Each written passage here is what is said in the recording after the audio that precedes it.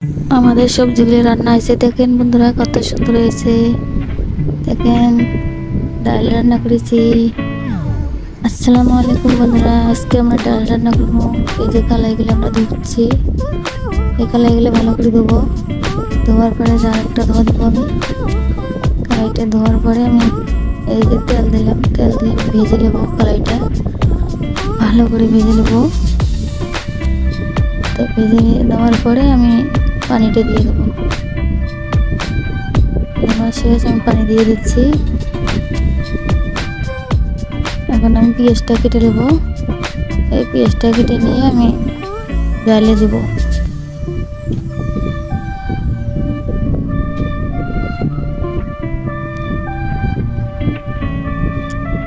পেঁয়াজটা আমার কেটে নেওয়া শেষ।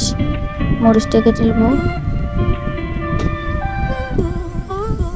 রসুনটা ছিলে নেবো আমি।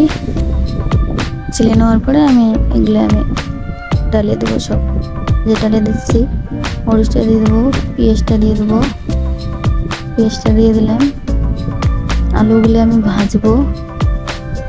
আলুগুলো ভালো করে ছোটো ছোটো করে কেটে নেব। এমন করে আমি আলুগুলো সব কেটে নেব। আলু কাটা শেষ। এখন আমি লবণ দিয়ে ভালো করে মাখিয়ে নেব। মেখে নেবো, ভালো করে মেখে নেবো আমি আলুগুলো। ভাত রান্না করলাম, ভাতটা আমার হয়ে গেছে। এখন আমি এই দেখেন, এগুলো পাট শাকের শুকেতি বলে, এগুলো দিয়ে আমি আলু ভাজবো। আমার ডালটাও সিদ্ধ হয়ে গেছে, হওয়ার দিকেই প্রায়। আমি এইদিকে আলুটা দেবো। পেঁয়াজ মরিচ সব কিছু দিয়ে ভেজে নিয়ে আমি আলু ভাজাটা দিব। সরে আলুগুলো আমি দিয়ে দিচ্ছি। হলুদটা দিয়ে দিলাম, লবণ দিলাম। এখন আমি এই শাকগুলো দিলাম। শাকগুলো দিয়ে আমি মিক্স করে নিলাম। দেখেন, এই শাকগুলো দিয়ে তেল দিয়ে দেবো। যে আমার ডালগুলো সিদ্ধ হয়েছে, টমাটো দিয়ে দিলাম।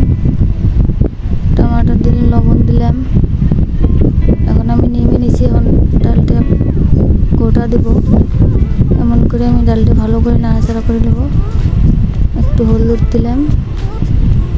এখন একটু গরম পানি করে আমি ডালটাতে দেব। তারপরে যে আমার আলুগুলো শাক দিয়ে ভাজা শেষ, এই আলুগুলো দিয়ে দেখেন কত সুন্দর হয়েছে ভাজাগুলো।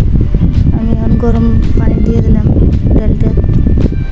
এখন আমি তেলানি দেবো ডালটা। পাঁচফোড়ন দিলাম, পেঁয়াজ দিলাম, তেজপাতা দিলাম।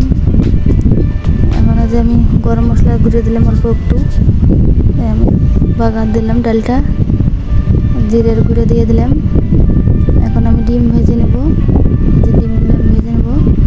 ডিম ভাজার পরে আমার রান্না শেষ।